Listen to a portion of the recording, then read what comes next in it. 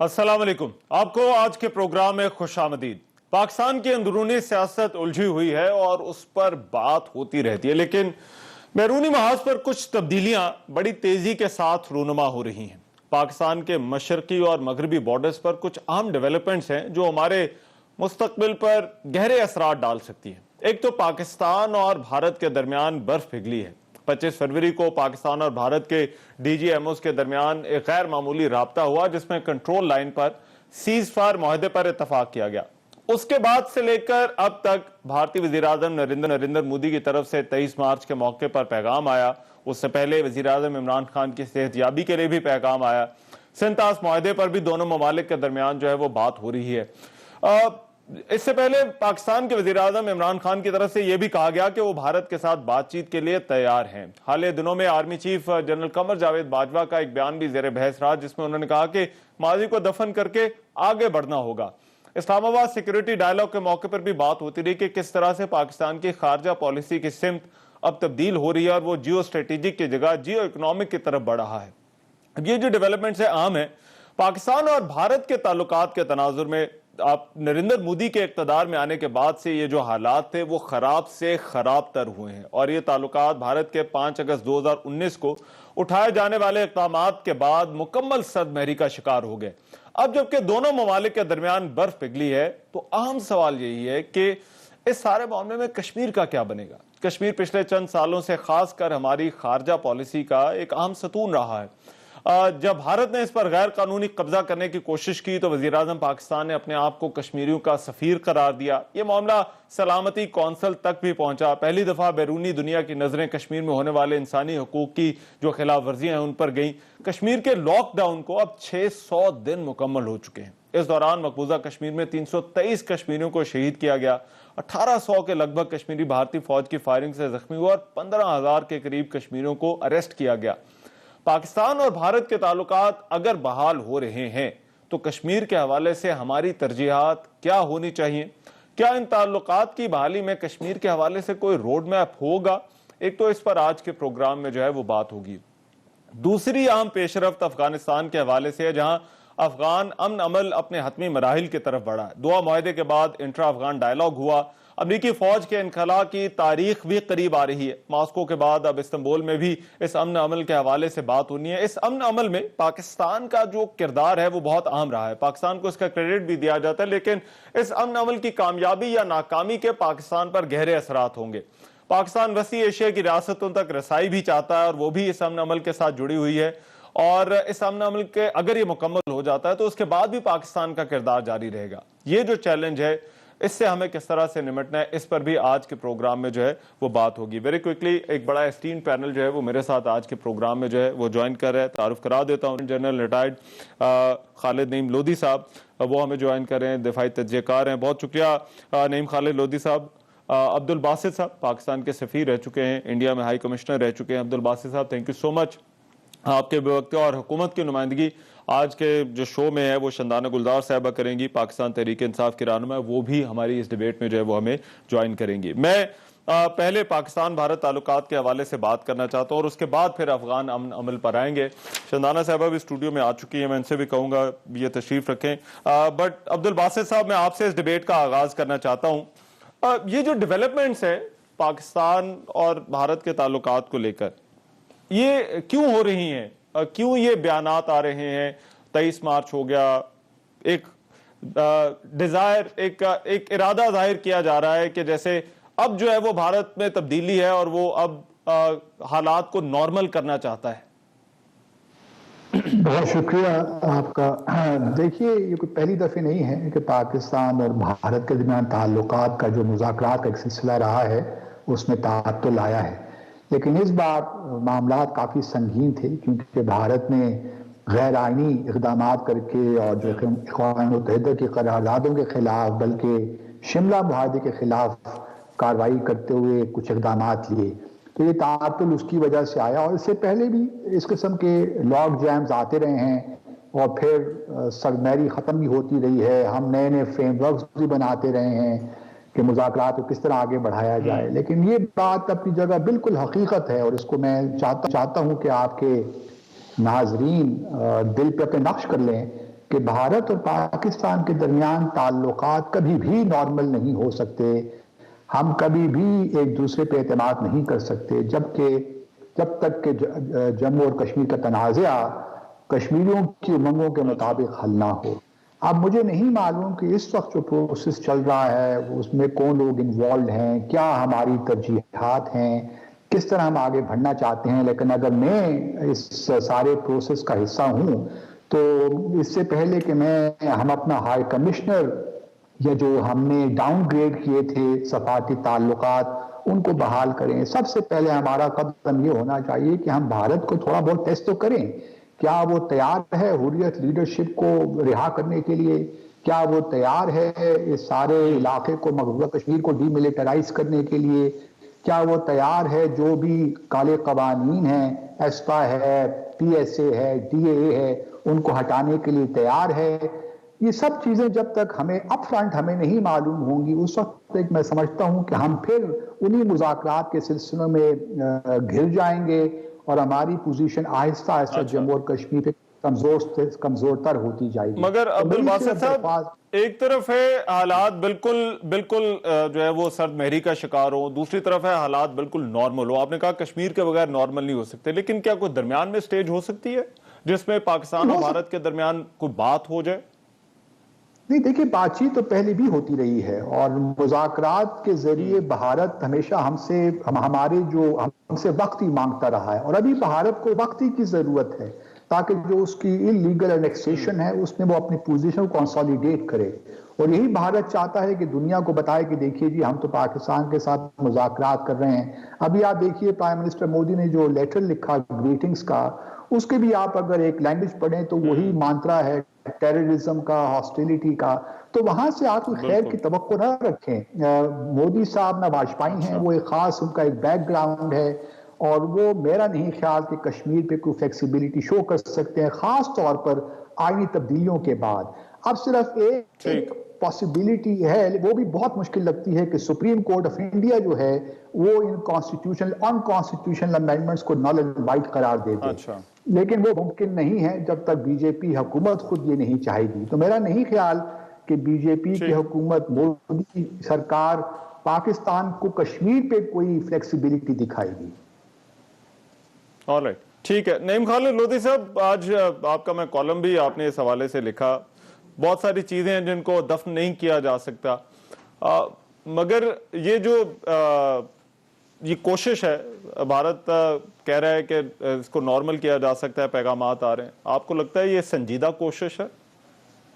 جی، میں پہلی بات تو یہ کہ میرا خیال کوئی بھی جو باشعور شخص ہے وہ کبھی اس کی مخالفت نہیں کرے گا بات چیت کی، اور کبھی مخالفت نہیں کرے گا امن کی، لیکن اس کے بعد پھر یہ سوالات اٹھتے ہیں کہ اس کا امکان کتنا ہے، اس کے سکسیس کا امکان کتنا ہے، اور وہ میرا خیال باسط صاحب نے کافی اچھے طریقے سے کیا ہے۔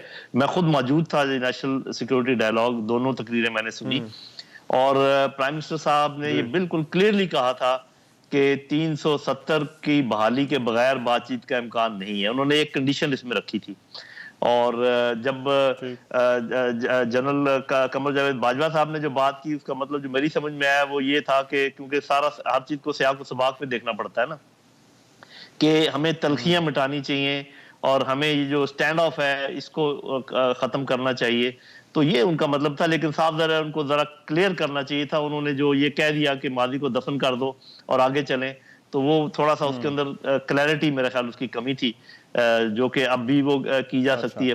دیکھیں بات یہ ہے کہ ایک تو آپ نے جو دوسرا سبجیکٹ رکھا ہوا ہے، یہ پہلا والا سبجیکٹ اس سے ملا ہوا ہے، اس لیے وہ تو ہم بعد میں بات کریں گے افغانستان والی۔ دو تین باتیں ذرا غور و فکر کرنے کی ہیں۔ نمبر ایک کہ جو کچھ بھارت کا رویہ ہے مسلمانوں کے ساتھ بالعموم اور خاص کر مقبوضہ کشمیر میں بالخصوص، وہ ہمارے سامنے ہے، اس میں ابھی تک کچھ ایسی کوئی چینج نظر نہیں آئی ہے، ایک بات۔ دوسری بات یہ ہے کہ امریکہ جس کے ایما پر یہ سب کچھ ہو رہا ہے، بے شک آپ یوئی کا نام اندر ڈال دیں، وہ بنیادی طور پہ اس کے پیچھے ہے امریکہ ہی، اور صاف ظاہر ہے کہ ٹریک 2 کی کوئی بات چیت ہوگی۔ امریکہ اسٹریٹجک حلیف ہے بھارت کا، نہ کہ پاکستان کا، پاکستان کو تو اس کو ٹیمپرری جب چاہیے ہوتا ہے تو وہ پیار محبت کا اظہار کرتا ہے جیسے آج کل کر رہا ہے, اور وہ اس کو افغانستان کے سلسلے میں ضرورت ہے. اس کے بعد وہ اگر اس کے ہاتھ میں ہم نے آربیٹریشن دے دی یا اس کے ہاتھوں میں کھیلے تو وہ ایسا کوئی فیصلہ کرے گا کہ آپ ایسے کنویں میں گریں گے کہ آپ یاد رکھیں گے کہ ہم نے یہ کیا کام کر دیا. اور تیسری بات یہ ہے کہ ہسٹری کی جیسے بات کر رہے تھے کہ ہسٹری میں یہ بالکل میں بھی کلیئر ہوں, میرا خیال آپ لوگوں کو بھی پتا ہوگا, بھارت نے صرف تب آپ کے ساتھ بات چیت کی ہے جب بھی کی ہے جب وہ کسی مصیبت میں تھا, جب وہ کسی پرابلم میں تھا. چاہے آپ 47-48 کی جدوجہد لے لیں کشمیریوں کی, یا 65 کی جنگ لے لیں, یا بھی جو لاسٹ ابھی ہمارا سٹینڈ آف ہوا ہے, اس سب میں اور کبھی بھی ہم دونوں مل کر اپنا مسئلہ حل نہیں کر پائے.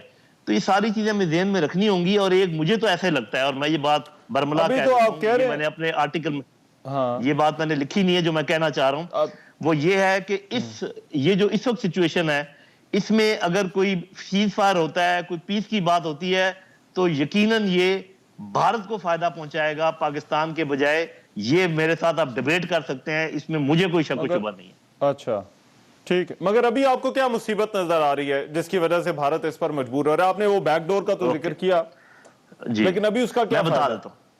میں بتاتا ہوں.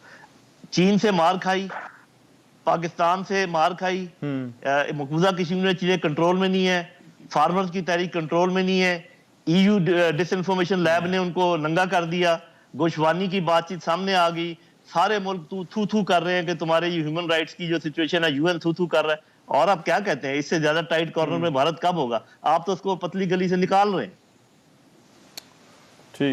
ٹھیک رائٹ. میں ذرا اب تھوڑا گورنمنٹ کا موقف بھی لے لیں. شندانہ گلزار صاحبہ, میرے خیال ہے دونوں کی جو گفتگو ہے, عبدالباسط صاحب کی اور نعیم خالد لودھی صاحب کی, آئی تھنک ون پوائنٹ کہ ہمیں بڑے دھیان سے جو ہے وہ آگے بڑھنا ہوگا اگر ہمیں اس پر جو ہے وہ کوئی فیصلہ کرنا ہے, اور کشمیر کے بغیر آگے بڑھنا بہت مشکل ہے.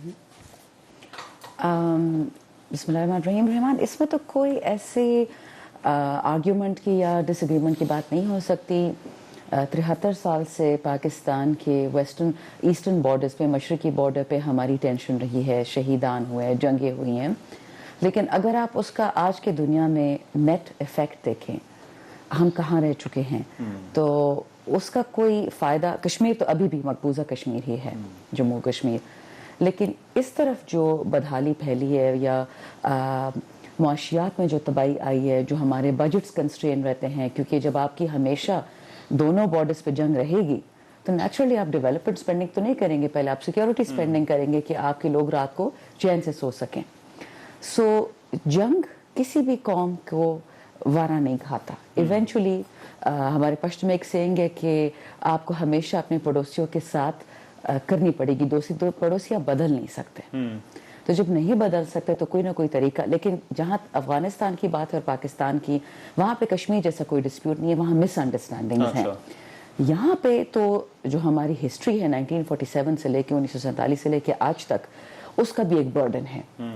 اور اکثر یہ بات ہمیں کہتے ہیں کہ اگر ممالک نے, اگر جرمنی اور فرانس نے جس قسم کی ان کی بٹر لڑائیاں تھیں, جس طرح یورپ تباہ برباد ہو گیا تھا, اگر وہ جسے ہم کہتے ہیں نا ایس ڈی جیز میں بلڈ بیک بیٹر کر سکتے ہیں, تو ہمارے لیے کیا مسئلہ ہوگا؟ ہمارا مسئلہ یہ ہے کہ ہاسٹیلٹیز کب سیز ہوں گی. کشمیر میں اس وقت جو ایک اوپن ایئر پریزن ہے دنیا کا سب سے بڑا, اگر اسی کا مسئلہ پہلے حل ہو جائے تو یہ ایک اشارہ ہو سکتا ہے کہ جی وہاں پہ دے آر سیریس اباؤٹ امن, انہوں نے امن واقعی آگے لے کے جانا ہے. لیکن جب تک آپ کشمیر میں بے گناہوں کا خون بہائیں گے تو پھر حکومت وقت کے لیے بھی مشکل ہوگا. دیکھیں وہ ایگزامپلز یورپ سے دی جا سکتی ہے, بٹ ان کے کچھ انفنشڈ ایجنڈاز اس طرح سے نہیں تھے جس طرح سے ہمارا ہے. کشمیر کا ایجنڈا, کشمیر, دونوں کا پوائنٹ خالد لودھی صاحب کا اور عبدالباسط صاحب کا یہی ہے کہ اس پر جو ہے وہ بات کیے بغیر, دس از ایلیفنٹ ان دی روم, تو اس پر بات کیے بغیر آگے جو ہے وہ بڑھنا جو ہے وہ بڑا مشکل ہے.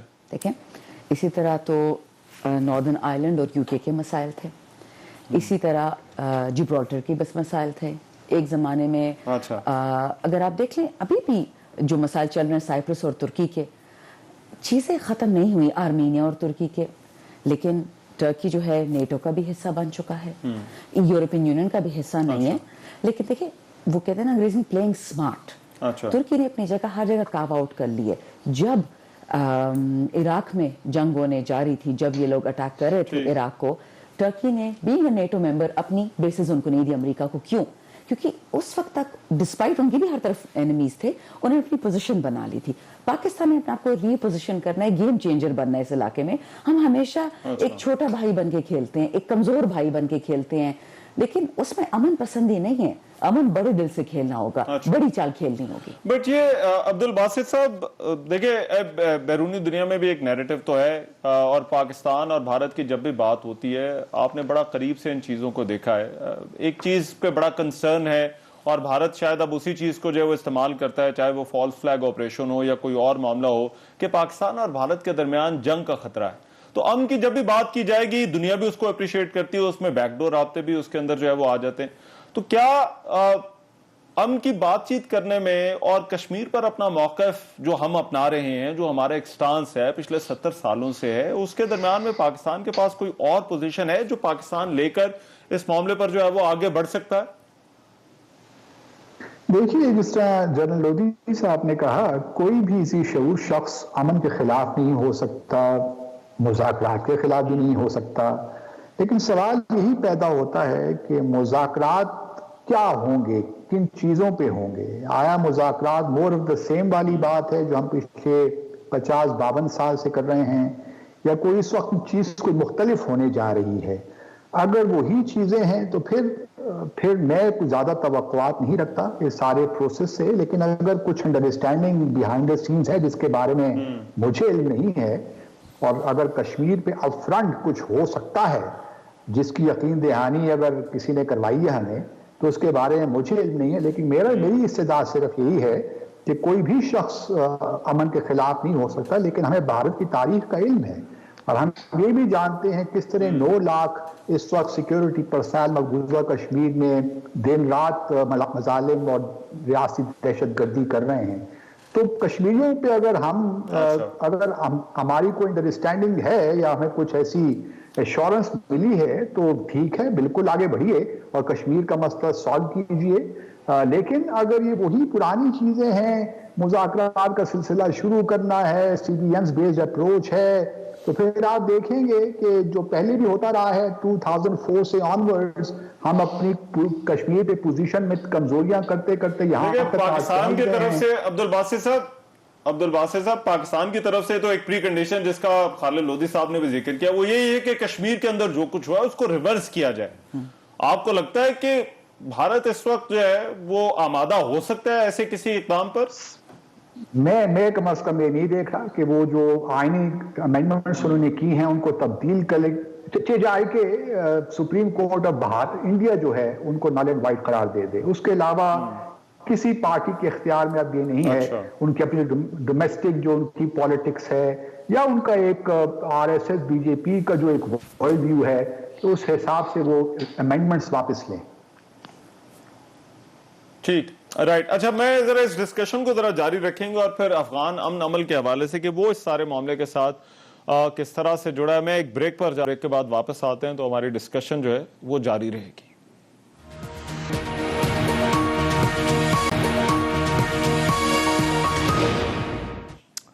ब्रेक के बाद प्रोग्राम में एक मरतबा फिर से खुशामदीद। बात हो रही है पाकिस्तान और भारत के ताल्लुकात पर। शंदाना गुलजार साहब, आप कुछ ऐड करना चाह रही थी जो कश्मीर के हवाले से हमारा मौक़िफ़ है, क्योंकि पिछले दिनों में हमने देखा है, पिछले खास तौर पर 5 अगस्त के बाद से लेकर जहां पर वज़ीर आज़म ने अपने आप को कश्मीरियों का सफ़ीर भी करार दिया, हमने ये मामला सलामती कौंसिल तक भी गया। अब इस माहौल में जबकि बैरूनी दुनिया की जो है वो नज़र कश्मीर के ऊपर है, इसमें तो कोई चेंज नहीं है कश्मीर के मौक़िफ़ पर? नहीं, देखिए, जब हमारा इलेक्शन हुआ 25 जुलाई 2018 को, ओथ था वजीर आजम का 18 अगस्त 2018 को, बीच में तकरीबन 1 महीना था। और उससे पहले ही प्राइम मिनिस्टर ने कुछ स्टेटमेंट्स देना शुरू की, अमन की स्टेटमेंट्स, इंडिया के लिए भी दी, अफगानिस्तान के लिए भी दी। अगर आपको स्टेटमेंट्स याद, उन्होंने बोला कि अगर हिंदुस्तान को ये बात समझ आती है कि अमन इस खित्ते के लिए कितना ज़रूरी है, तो मैं आगे बढ़ने को तैयार हूँ। अगर वो म्यूचुअल रिस्पेक्ट और कश्मीर की 2 बातें उन्होंने की थी कि इज्जत की बेसिस पे, ये नहीं कि आपका ट्रेड ज्यादा है तो हम आपसे कम है, ऐसे नहीं। और दूसरा, हमें कश्मीर का मसला, इसका हल चाहिए। आप समझ रही हैं still a pre condition for everything? why else would you fight a war for 73 years? For what? And those people are still suffering. देखिए वो मसला हल नहीं हुआ हमें, और मैं सिर्फ बता दूं कि क्यों वज़ीर आज़म ने बात कही, क्यों आपका लीस्ट इंटीग्रेटेड इलाका है सारी दुनिया में, सारी दुनिया में जो खित्ते हैं, नाफ्टा देख लें, आसियान देख लें, आपका ये सबसे कम, दूसरा ट्रेड तिजारत नहीं हो रही है और तीसरा गुर्बत, दुनिया की सबसे ज्यादा गुर्बत इस खित्ते अर्ज में है। तो मतलब कुछ तो यहाँ गलत है ना, जो ठीक नहीं हो रहा, जो मिलिट्री ताकत से, जो जंगों से, जो लड़ाइयां, जो कुर्बानियों से नहीं ठीक हो रहा। अच्छा, तो कोई तो रास्ता होगा ना इसका। मैं नईम खान लोधी साहब, क्योंकि इसमें बैकडोर डिप्लोमेसी की बड़ी बात होती रही और मेरा ख्याल है सबसे इंपॉर्टेंट सवाल हमारे लिए ये कि आगे का रोड मैप जो है वो क्या होना चाहिए। जो अब्दुल बासित साहब बात कर रहे थे कि उनको बड़ा मुश्किल नजर आ रहा है, एक्सेप्ट फॉर कि भारतीय सुप्रीम कोर्ट जो है वो ऐसा कोई फैसला दे दे, लेकिन जहां पर बैकडोर डिप्लोमेसी की बात होती है, चाहे वो अमेरिका हो या गल्फ के ममालिक हो, क्या वो भारत को, आपको लगता है अगर वो इस बात पर ला सकते हैं कि पाकिस्तान के साथ हालात को जो है वो नॉर्मल किया जाए या को ठीक किया जाए, वो कश्मीर के ऊपर भी जो है वो कोई बैरूनी दबाव या बैकडोर डिप्लोमेसी जो है वो कुछ काम कर सके? क्या इसका कोई चांस आपको नजर आता है? जी देखिए, पहली बात तो ये है कि जरूर बहुत एलेबोरेट बैकडोर डिप्लोमेसी हुई है, ट्रैक 2 पर बातचीत हुई है और वहां पर एक रोड मैप भी जरूर बन चुका होगा। इसलिए ये तो नहीं कहा जा सकता कि भाई ऐसी कोई बात नहीं है और फिर पाकिस्तान मान गया, इसके इम्कानात बहुत कम है। लगता है कुछ ना कुछ हुआ है। मिनिमम जो मुझे लगता है पाकिस्तान की मिनिमम डिमांड जो 370 से भी पहले हो सकती है, वो ये है कि आप फौरी तौर पे वहां पे जुल्म से तुम तो बंद करें ना, ताकि हम बातचीत का माहौल तो बने, क्योंकि 370 के लिए भी आपको बातचीत तो करनी पड़ेगी। लेकिन मैं 2-3 इंडिकेटर्स आपको बता दूं जिससे आप अंदाजा लगा सकते हैं कि ये क्या मामला है, क्योंकि मुझे ये लगता है कि पाकिस्तान ये सब कुछ अंडर कंपेलेंस कर रहा है, कंपेलेंस ऑफ इकोनॉमिक कंपेलेंस, जिसमें वो बाद में हम अलग कभी बात करेंगे। ये IMF और ये जो वर्ल्ड बैंक है और ये सब कुछ है, क्या ये हमारी मदद के लिए इधर आए हुए हैं या अदरवाइज? तो मेरा अपना ख्याल ये है कि अभी आप देखिए कि जो आर्मी चीफ है हिंदुस्तान का, उसका बयान वो ये कहता है, कल ही का बयान है कि पाकिस्तान अमन पर माना है दबाव की वजह से जो हमने लगातार उनके ऊपर रखा हुआ था। एक मोदी, आपको पता है अभी कल बांग्लादेश में थे, जो कुछ उन्होंने वहां पे फरमाया वो आपके सामने है। अमेरिकन प्रेसिडेंट ने एनवायरनमेंट के लिए सरबराहान को दावत दी है दुनिया भर से, उसमें हिंदुस्तान शामिल है, उसमें बांग्लादेश शामिल है, उसमें भूटान तक शामिल है, हम शामिल नहीं है। तो मेरा अपना ख्याल ये है कि उन्होंने ये देख लिया है अमेरिका ने, क्योंकि वो परसेप्शन मैनेजमेंट का मास्टर है, उन्होंने ये देख लिया है कि पाकिस्तानी लीडरशिप को अगर आप दबाव में रखें तो ये ज्यादा काम करते हैं। और वैसे तो इमरान खान साहब की जो शख्सियत है वो दबाव में आने वाली नहीं है, मैं समझता हूँ कि आर्मी चीफ की भी नहीं है। लेकिन ऐसे मामलात मेरे भाई छुप छुप के नहीं किए जाते। ऐसे मामलात जो सेंसिटिव इतने हैं कश्मीर जैसे, इनका पार्लियामेंट में बातचीत होनी चाहिए कि जी हम ये करने जा रहे हैं, और क्योंकि ये बाद में बैकफायर कर जाएंगे। अगर आपने कोई ऐसा काम किया जिसमें कश्मीरी मुतमिन नहीं है, मेजॉरिटी ऑफ पाकिस्तानी मुतमिन नहीं है, तो ये तो बैकफायर कर जाएगा। तो मेरा अपना ख्याल है ये सब कुछ जानते हैं इमरान खान साहब, क्योंकि वो तो बहुत शद्दोमत के साथ, और मैं हामी हूं उनका बहुत बड़ा, तो मैं ये समझता हूं कि ये सारी चीजें कुछ सेटल हुई होंगी और जरूर इसमें कश्मीर के सिलसिले में कोई रिलीफ है, तभी ये बातचीत की इंडिया दिया गया। अगर रिलीफ नहीं है तो मैं समझता हूं कि अंडर प्रेशर हम कर रहे हैं, अंडर कंपेलेंस कर रहे हैं, तो this would be a great disaster. Abdul Basit साहब, ये माहौल को आप किस तरह से देख रहे हैं? क्योंकि एक चीज अभी जो भारतीय वजीर आजम है नरेंद्र मोदी, वो बांग्लादेश में थे, वहां पर जो बातें हुई वो भी सबके सामने है, और जिस तरह से, जिस अंदाज में जो है वो कतर के वाकयात को वहां पर पोर्ट्रे किया जा रहा है, मगर दूसरी तरफ ये जो बात है पाकिस्तान के हवाले से कि पाकिस्तान जो है वो अब जियो स्ट्रेटेजिक की जगह जियो इकोनॉमिक जो है वो प्रेफरेंस, पाकिस्तान की जो है वो तरजीह जो है वो बनता जा रहा है। इस माहौल में आपको लगता है कि जो रोड मैप है उसमें कश्मीर के हवाले से कोई बात होगी? अगर ये कहीं पर जो है वो इस पर जो है वो बात हुई है बैकडोर में, राब्तों में? देखिए, पहले तो ये बात समझ लेनी चाहिए कि जियो स्ट्रेटेजिक और जियो इकोनॉमिक में कोई खास तजाद नहीं है, या कोई ऐसी, मुझे नहीं लगता कि हमारी जो जियो इकोनॉमिक सिचुएशन है या हमारी अंदर की जो सिचुएशन है उसका ताल्लुक कोई बराह रास्त भारत से हमारे हॉस्टिलिटी पे है। उसमें तो हमारे अंदर के प्रॉब्लम्स भी हैं, लैक ऑफ गुड गवर्नेंस है, करप्शन के इश्यूज हैं, اور بہت سی چیزیں ہم نے فوکس طریقوں سے آگے بڑھے نہیں ہیں. تو صرف ہمارے تعلقات کو بھارت کے ساتھ یہ اس طرح انٹرپریٹ کرنا ہے کہ ہمارے سارے جو اکنامک پرابلمز ہیں because of our bad relations with India اس کی وجہ سے ہیں, تو یہ میرے خیال میں کوئی صحیح آرگومنٹ نہیں ہے. جہاں تک دیکھیے کشمیر کا تعلق ہے, مجھے نہیں لگتا, میں I would still be highly sceptical کہ ہمیں بھارت سے کچھ مل سکتا ہے. اگر کچھ روڈ میپ بنا ہے جس کا میں نے پہلے ذکر کیا ہے تو اپ فرنٹ پھر ہمیں 2-3 چیزیں چاہیے بھارت سے, خاص طور پہ جس طرح لودھی صاحب نے کہا کہ بھئی ڈریکونین لاز ہٹائیے, آپ ڈی ملٹرائز کیجیے, آپ حریت لیڈرشپ کو فری کیجیے, دیٹ کائنڈ آف اسٹف. اور پھر دوسری مجھے جہاں تک لگتا ہے اگر کوئی روڈ میپ ہے تو شاید وہ سیاچن اور سد کریک پہ ہے, کشمیر پہ نہیں ہے, کیونکہ کشمیر جو ہے اس پہ that is two important political issue in India. اور سیاچن پہ گرین پارک کی ہم بھی بات پہلے کرتے رہے ہیں, اور ہمارے وزیر اعظم کا یہ کلائمیٹ چینج جو ہے بڑا امپورٹنٹ ان کی پریورٹی میں ہے اور درست ہے. اسی طرح سر کریک, چونکہ میں جب خود بھارت میں تھا تو میری اس پہ بڑی تفصیلاً گفتگو ہوئی تھی اجیت ڈوول کے ساتھ بھی. پھر جب میں یہاں پہ آیا تو میں نے یہاں پہ اتھارٹی سے بھی ڈسکس کیا, تو مجھے لگتا ہے, I am not sure about that, کہ these are the two areas where there is a possibility of some break through.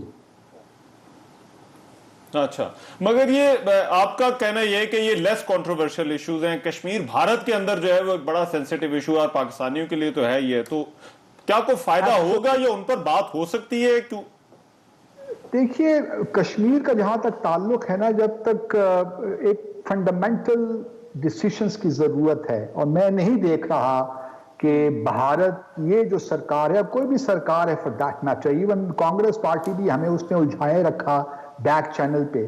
ابھی دیکھیے ہمیں صرف یہ کام کرنا ہے کہ ہمیں بیک چینل میں تو رکھنا ہے, ہمیں اس وقت کوئی جلدی نہیں کرنی چاہیے, ہمیں امپیشنٹ نہیں ہونا چاہیے کہ ہم نے بھارت کے ساتھ مذاکرات کرنے. جس طرح جنرل لودھی نے کہا کہ بھارت اس وقت الجھا ہوا ہے, تو ہمیں تھوڑا سا احتیاط کے ساتھ آگے چلنا ہے, ہمیں وہ کام دوبارہ نہیں کرنے جو ہم پہلے سالوں میں کرتے رہے ہیں اور اپنے کشمیر کے موقع کو کمزور کرتے رہے ہیں. 2004 میں دیکھیے نا 4 پوائنٹ فارمولا پریزیڈنٹ مشرف نے پیش کیا اور وہ پبلکلی پیش کر کے ہمارے سارے اصولی موقع کو خراب کر دیا. اس کے بعد آپ شرم الشیخ ایگریمنٹ 16 جولائی 2009 کو آئی ہے, اس میں کشمیر کا ذکر ہی نہیں ہے. پھر اوفا ایگریمنٹ میں آئی ہے, اس میں کشمیر کا ذکر نہیں ہے. پھر 9 دسمبر 2015 کی جوائنٹ اسٹیٹمنٹ آپ دیکھ لیجئے, اس میں ہم نے کشمیر کو ایک پیریفرل ایشو بنا دیا. ہم نے خود کنسیڈ کیا بہت سی جگہوں پہ. میں چاہتا ہوں کہ یہ حکومت کم از کم پرائم منسٹر عمران خان کے جو ہے, جو اپنے آپ کو کشمیر کا سفیر کہتے ہیں, کسی ایسے پروسیس میں نہ الجھ جائیں جس سے کشمیر کے ہمارے موقع کو یا کشمیریوں کو اور نقصان پہنچے. ٹھیک ہے, مجھے سر ایک بریک لینی, مگر میں بریک کے بعد آؤں گا تو یہی سوال ہے کہ کیا یہ پاکستان بھارت کے معاملات کا جو ایشو ہے یہ کیا افغانستان کے ساتھ جڑا ہوا ہے, اور افغان امن عمل کے حوالے سے پاکستان کو آگے کیا کرنا ہوگا, کیا ترجیحات ہونی چاہیے, اس پر ایک بریک کے بعد بات کریں گے.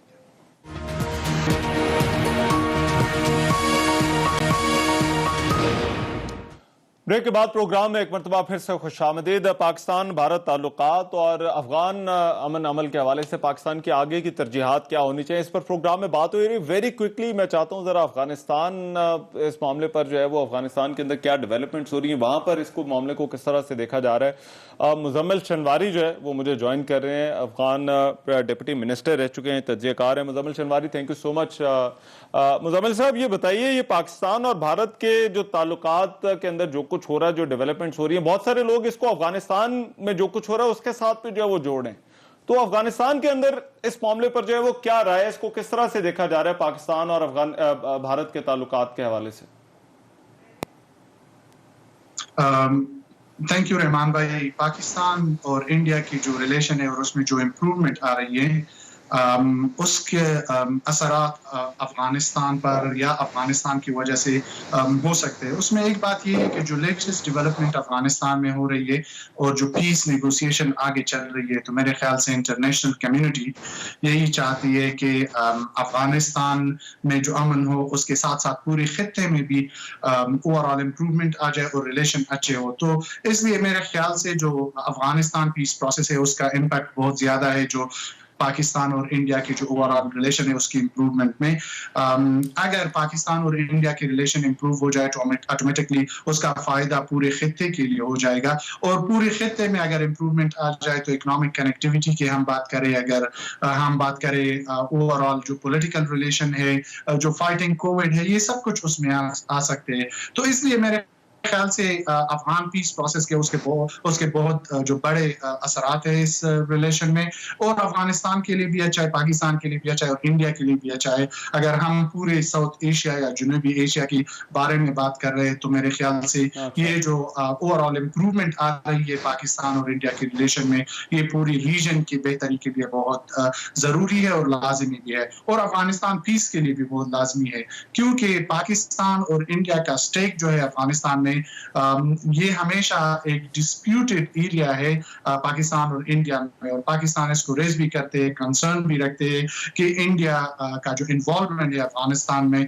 उससे पाकिस्तान के लिए खतरा है। तो अगर यहाँ पर रिलेशन अच्छे हो जाए तो मेरे ख्याल से पाकिस्तान अफगानिस्तान के लिए भी आसानी होगा, और पाकिस्तान और इंडिया की जो ओवरऑल रिलेशन है, इकोनॉमिक कनेक्टिविटी की बात करें, रीजनल कनेक्टिविटी की बात करें, तो उस पर उसका साहब आपने खुद बात की पाकिस्तान के जो तहफ़्फ़ुज़ात हैं भारत के किरदार के हवाले से, क्या अगर अफगान अमल हो जाता है और उसके बाद का जो फेज है खास तौर पर उसमें क्या पाकिस्तान की जो रेड लाइंस हैं या पाकिस्तान के जो तहफ़्फ़ुज़ात है तो उनका अफगानिस्तान के अंदर ख्याल रखा जा रहा है, या अफगानिस्तान उनको किस तरह से देखता है जो पाकिस्तान के तहफ़्फ़ुज़ात है भारत के किरदार के हवाले से? इसमें पाकिस्तान का जो रोल है और कंसर्न हमेशा यही रहा, और अफगानिस्तान का भी एक मौक़िफ़ रहा इसमें। पाकिस्तान का कंसर्न यही था कि इंडिया क्यों इन्वॉल्व है इतना ज़्यादा, और कभी कभी तो इस तरह बातें आते हैं कि पाकिस्तान जो इंडिया की एम्बेसी के अलावा उसके 10-12 कौंसलेट है और उसके हर प्रोविंस में और हर रीजन में कौंसलेट थे, तो ये कुछ एलिगेशन भी आ रहे थे हम अगर देख ले, लेकिन उसके अलावा हम फिर जब ओवरऑल सिचुएशन को देखे और रियलिटी को देखे तो उसमें नहीं, और अफगानिस्तान की गवर्नमेंट का जो मौक़िफ़ भी था कि हम अपने सरजमीन को किसी के खिलाफ इस्तेमाल होने के लिए नहीं देंगे, तो ये तो एक जनरल पोजीशन है अफगान गवर्नमेंट का, और इसी पर खड़े भी है, क्योंकि अफगानिस्तान और अफगानिस्तान की गवर्नमेंट और most of the ordinary people ये सोच रहे हैं कि अफगानिस्तान के जो रिलेशन हो जिस किसी मुल्क के साथ भी हो तो वो अफगानिस्तान की मर्जी है, उसमें किसी और का दखल अंदाजी हम बर्दाश्त नहीं करेंगे। लेकिन पाकिस्तान का जो लोगों को भी ये पता है और ओवरऑल गवर्नमेंट भी ये अंडरस्टैंड कर रहे हैं कि जो पाकिस्तान और इंडिया की जो बायलैटरल रिलेशन है उसमें जो बेटरनेस है, उसमें जो सख्ती है, उसमें जो प्रॉब्लम है उसका असर पड़ता है, क्योंकि जिस तरह मैंने पहले बताया कि जो स्टेक है दोनों मुल्कों की, इंडिया के जो रिलेशन अफगानिस्तान से वो बहुत अच्छे, और पाकिस्तान नेबरहुड में है तो 3 से 4 मिलियन रिफ्यूजीज पाकिस्तान में है, हमारा जो ज्यादातर इकोनॉमिक डिपेंडेंसी पाकिस्तान पर है, तो मेरे ख्याल से पाकिस्तान भी यही चाहते हैं कि ओवरऑल अफगानिस्तान के साथ रिलेशन अच्छे हो लेकिन उसके कंसर्न दूर हो जाए।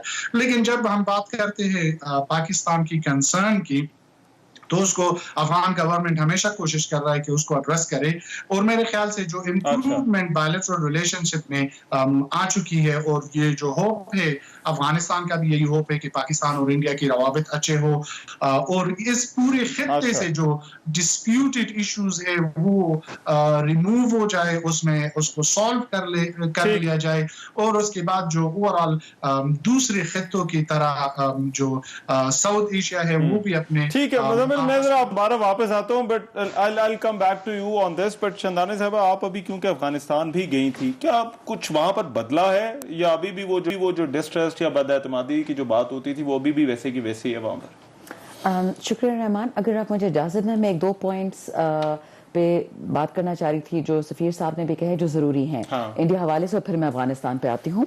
ब्रीफली देखें, हमें इस वक्त क्या चाहिए पाकिस्तान को, या हमें क्या चाहिए था 2018 में जो हमारी हुकूमत आई, हमें अमन चाहिए, वो बिग गोल है हमारा। अच्छा, पूरे खित्ते के लिए चाहिए, क्योंकि अमन के बगैर इस खित्ते में कुछ होगा नहीं, डेवलपमेंट नहीं होगी। और जिस तरह सफीर साहब ने बोला कि इकोनॉमिक प्रॉब्लम्स पाकिस्तान की जो हैं वो भारत की वजह से नहीं है, वो बात तो सही है, लेकिन آپ جب ایک وار اکانومی میں نہ بھی ہو, ایک ہاسٹائل اکانومی بھی ہو جو ہر طرف آپ کا دشمن ہو, آپ ڈیولپمنٹ کوئی نہیں دیکھتے, آپ پہلے زندہ رہنے کی بات کریں. مگر جب دوسری سائڈ سے جو ہے وہ یہ خواہش ہی نہ ہو, جب فالس فلیگ آپریشن یا پلوامہ بالا کوٹ ٹائپ واقع, تو پھر اس میں میرا خیال ہے ہمیں بھی تھوڑا ریکنسیڈر کرنا پڑتا ہے کہ ہم کی خواہش ہے مگر کس حد تک جو ہے وہ یہ خواہش رکھی جا سکتی ہے, یا کتنی ریئلسٹک ہے یہ. ہم نے ٹریڈ 100% بند کر دیا, ہم نے ریلیجیس وزٹس بند کر دیا, ہم نے ساری چیزیں بند کر دی کہ کہیں پہ you have to draw the line. I agree with you, لیکن دیکھیے اب جو بات ہے, اچھا ایک بریک کے بعد ذرا کر لیں. جی بالکل, ایک بریک کا کہا میں عبد الباسط صاحب اور نعیم خالد لودھی صاحب ایک بریک کے بعد آپ کے پاس بھی آ رہا ہوں سر.